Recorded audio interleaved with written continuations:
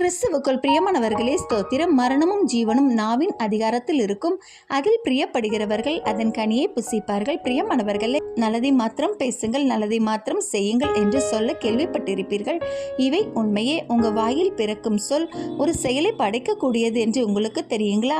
வேதாகமத்தில் எடுத்துக்காட்டாக யோபுவின் வாழ்க்கை. அவருக்குரிய பிள்ளைகள் இருந்து போனார்கள், செல்வங்கள் போயின, அவருக்கு உடல் முழுவதும் பருக்கள்.